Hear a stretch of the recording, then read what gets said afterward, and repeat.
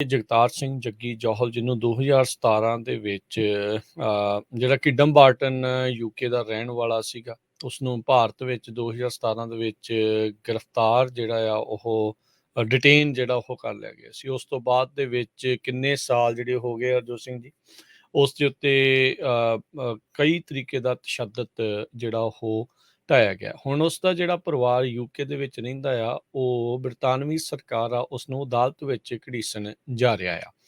ਹੁਣ ਰੀਸੈਂਟਲੀ ਨਵੀਆਂ ਆਈਆਂ ਜਿਹੜੇ ਖੁਲਾਸਿਆਂ ਦੇ ਵਿੱਚ ਇਹ ਜਾਣਕਾਰੀ ਪਤਾ ਲੱਗੀ ਆ ਵੀ ਯੂਕੇ ਦੀਆਂ ਜਿਹੜੀਆਂ ਖੂਫੀਆ ਏਜੰਸੀਆਂ ਆ, ਸਪਾਈ ਏਜੰਸੀਜ਼ ਆ, ਉਹਨਾਂ ਨੇ ਹੀ ਜਿਹੜੀ ਉਹ ਜਾਣਕਾਰੀ ਦਿੱਤੀ ਸੀ ਜੌਹਲ ਦੇ ਬਾਰੇ ਭਾਰਤੀ ਜਿਹੜੀ ਸਟੇਟ ਆ ਉਹਨੂੰ, ਜਿਸ ਤੋਂ ਬਾਅਦ ਦੇ ਵਿੱਚ ਇਹਦੀ ਗ੍ਰਿਫਤਾਰੀ ਹੋਈ ਤੇ ਗ੍ਰਿਫਤਾਰੀ ਤੋਂ ਬਾਅਦ ਦੇ ਵਿੱਚ ਜਿਹੜਾ ਅਤਿਆਚਾਰ, ਟੌਰਚਰ ਆ ਉਸ ਨੂੰ ਝੱਲਣਾ ਪਿਆ।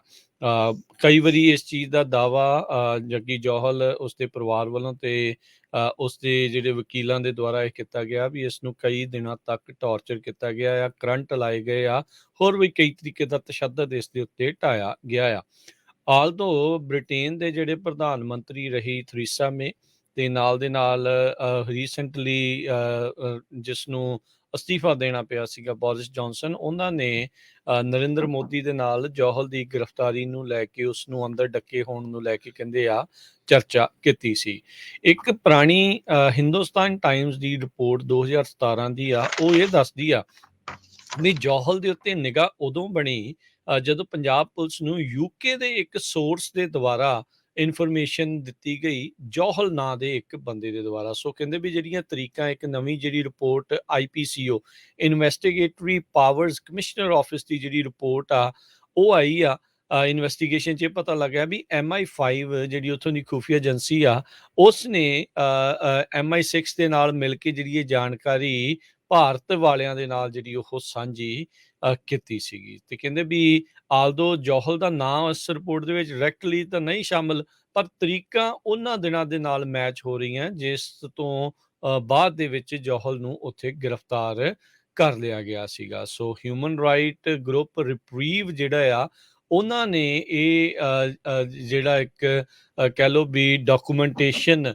ਦਿਖਾਈ ਆ। ਉਹਨਾਂ ਨੇ BBC ਨੂੰ ਆਪਣੀ ਇਹ ਜਿਹੜੀ ਡਾਕੂਮੈਂਟੇਸ਼ਨ ਜਿਹੜੀ ਆ ਉਹ ਦਿਖਾਈ ਆ, ਜਿਸ ਦੇ ਵਿੱਚ ਕਹਿੰਦੇ ਵੀ ਇਹ ਪਤਾ ਲੱਗਦਾ ਆ ਵੀ ਇਹ ਐਵੀਡੈਂਸ ਤੇ ਸਬੂਤ ਸਾਹਮਣੇ ਆਉਂਦੇ ਆ ਵੀ British intelligence the tip of ਤੋਂ ਬਾਅਦ ਦੇ ਵਿੱਚ ਹੀ ਜੌਹਲ ਦੀ ਗ੍ਰਿਫਤਾਰੀ ਹੋਈ ਸੀ। ਜੌਹਲ ਦਾ ਕਸੂਰ ਬਸ ਇਹੀ ਸੀਗਾ ਵੀ ਉਹ ਇੱਕ ਵੈਬਸਾਈਟ ਜਿਹੜੀ ਉਹ ਚਲਾਉਂਦਾ ਸੀਗਾ, ਸਿੱਖ ਹਿਊਮਨ ਰਾਈਟਸ ਦੇ ਲਈ ਉਹ ਕੈਂਪੇਨ ਕਰਦਾ ਸੀਗਾ। ਸੋ ਇੱਦਾਂ ਦੀ ਉਹਦੀ ਕੋਈ ਵੀ ਕਾਰਵਾਈ ਨਹੀਂ ਸੀਗੀ ਵੀ ਜਿਸ ਨੂੰ ਗਲਤ ਜਿਹੜਾ ਉਹ ਮੰਨਿਆ ਜਾਵੇ, ਕਿਉਂਕਿ ਸੇਮ ਕਾਰਵਾਈਆਂ ਬਹੁਤ ਸਾਰੇ ਲੋਕ, ਹਿਊਮਨ ਰਾਈਟਸ ਦੀ ਆਵਾਜ਼ ਜਿਹੜੀ ਹੈ ਬਹੁਤ ਸਾਰੇ ਲੋਕ ਜਿਹੜੇ ਉਹ ਚਲਾਉਂਦੇ ਆ।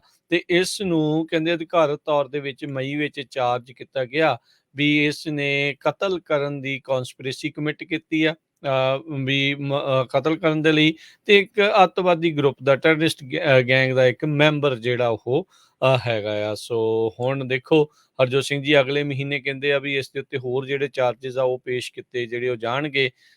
7 ਸਾਲ 5 ਸਾਲ ਦਾ ਵਕਤ ਜਿਹੜਾ ਉਹ ਹੋ ਚੁੱਕਾ ਆ ਜੱਗੀ ਜੌਹਲ ਨੂੰ ਅੰਦਰ ਡੱਕਿਆਂ ਨੂੰ, ਤੇ ਇਹ ਜਿਹੜਾ ਹਸ਼ਰ ਆ ਉਹ ਹੋਇਆ ਆ। ਤੇ ਕਰਤੂਤ ਜਿਸ ਮੁਲਕ ਦੇ ਵਿੱਚ ਉਹ ਰਹਿੰਦਾ ਸੀ, ਜਿਸ ਦਾ ਉਹ ਬਸ਼ਿੰਦਾ ਸੀ, ਉੱਥੋਂ ਦੀ ਹੀ ਇੰਟੈਲੀਜੈਂਸ ਨੇ, ਭਾਰਤ ਦੀ ਇੰਟੈਲੀਜੈਂਸ ਨੂੰ ਇਹ ਖੂਫੀਆ ਰਿਪੋਰਟਾਂ ਘੱਲ ਕੇ ਜੌਹਲ ਨੂੰ ਅੰਦਰ ਜਿਹੜਾ ਉਹ ਕਰਵਾਇਆ ਆ।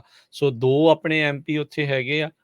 ਸੋ ਉਹਨਾਂ ਨੂੰ ਇਹ ਆਵਾਜ਼ ਮੁੱਦਾ ਤੋਂ ਬਹੁਤ ਚਿਰ ਤੋਂ ਜਿਹੜੇ ਤਨਮਨਜੀਤ ਸਿੰਘ ਢੇਸੀ ਤੇ ਗਿੱਲ, ਆਈ ਥਿੰਕ ਜਿਹੜੇ ਦੂਸਰੇ ਉੱਥੋਂ ਦੇ, ਹਾਂਜੀ ਪ੍ਰੀਤ ਗਿੱਲ ਜਿਹੜੇ ਆ, ਉਹਨਾਂ ਨੇ ਮਸਲਾ ਤਾਂ ਕਈ ਵਾਰੀ ਜਿਹੜਾ ਉਹ ਚੁੱਕਿਆ ਆ, ਪਰ ਹੁਣ ਇਹ ਅਦਾਲਤ ਵੱਲ ਨੂੰ ਪਰਿਵਾਰ ਜਿਹੜਾ ਉਹ ਜਾ ਰਿਹਾ। ਰਿਪਰੀਵ ਜਿਹੜੀ ਇੱਕ ਹਿਊਮਨ ਰਾਈਟ ਸੰਸਥਾ ਆ, ਉਹ ਹੁਣ ਇਸ ਦਾ ਕੇਸ ਕਹਿੰਦੇ ਆ ਵੀ ਫਾਈਟ ਕਰੇਗੀ ਯੂਕੇ ਦੀਆਂ ਅਦਾਲਤਾਂ ਦੇ ਵਿੱਚ। ਜੀ, ਇੰਗਲੈਂਡ ਦੀ ਸਰਕਾਰ ਬਹੁਤ ਅਕਿਰਤਗਣ ਹੈਗੀ ਆ।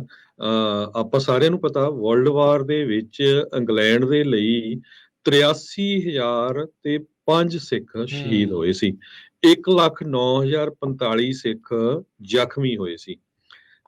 ਬ੍ਰਿਟਿਸ਼ ਇੰਡੀਆ ਆਰਮੀ ਦੇ ਵਿੱਚ 20% ਸਿੱਖ ਸੀਗੇ।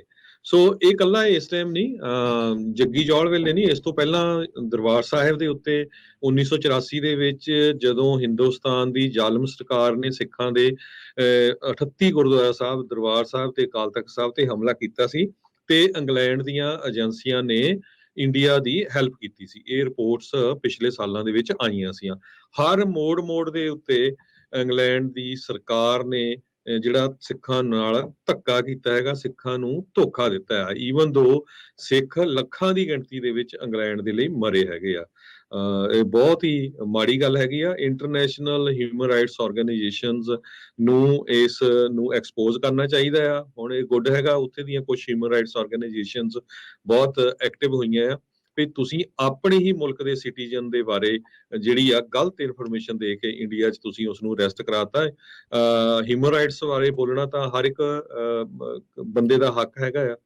ਸੋ ਬਹੁਤ ਹੀ ਮਾੜੀ ਗੱਲ ਜਿਹੜੀ ਆ ਇੰਗਲੈਂਡ ਦੀ ਸਰਕਾਰ ਨੇ ਕੀਤੀ ਹੈਗੀ ਆ। ਜੀ, ਕਹਿੰਦੇ ਵੀ ਜੇ ਇਹ ਜਿਹੜੇ ਦੋਸ਼ ਕਥਿਤ ਤੌਰ ਦੇ ਉੱਤੇ ਜੱਗੀ ਜੌਲ ਦੇ ਉੱਤੇ 5 ਸਾਲਾਂ ਤੋਂ ਬਾਅਦ 'ਚ ਬਹਿ ਕੇ ਇਹਨਾਂ ਨੇ ਪਤਾ ਨਹੀਂ ਕਿਹੜੀਆਂ ਕਿਤਾਬਾਂ 'ਚ ਲਿਖ ਕੇ ਜਿਹੜੇ ਹੁਣ ਇਹ ਬਣਾ ਰਹੇ ਆ, ਤੇ ਜੇ ਕਹਿੰਦੇ ਵੀ ਇਹ ਉਸ ਉੱਥੋਂ ਦੀ ਅਦਾਲਤ ਜੋ ਕਿ ਆਪਾਂ ਨੂੰ ਪਤਾ ਹੀ ਆ ਵੀ ਕਿੱਦਾਂ ਚੱਲਦੀ, ਉਸ ਦੇ ਵਿੱਚ ਸਾਬਤ ਹੋ ਜਾਂਦੇ ਆ, ਤਾਂ ਇਸ ਨੂੰ ਮੌਤ ਦੀ ਸਜ਼ਾ ਵੀ ਜਿਹੜੀ ਉੱਥੇ ਸੁਣਾਈ ਜਾ ਸਕਦੀ ਆ। ਸੋ ਇਹ ਜਿਹੜੀ ਸਥਿਤੀ ਇਸ ਟਾਈਮ ਬਣਾਈ ਆ, ਦੇਖੋ ਕਿੱਦਾਂ ਮੁਲਕ ਜਿਹੜੇ ਆਪਣੇ ਬੰਦਿਆਂ ਦੇ ਨਾਲ ਉੱਥੇ ਧਰੋ ਜਿਹੜਾ ਉਹ ਕਮਾ ਜਾਂਦਾ ਆ।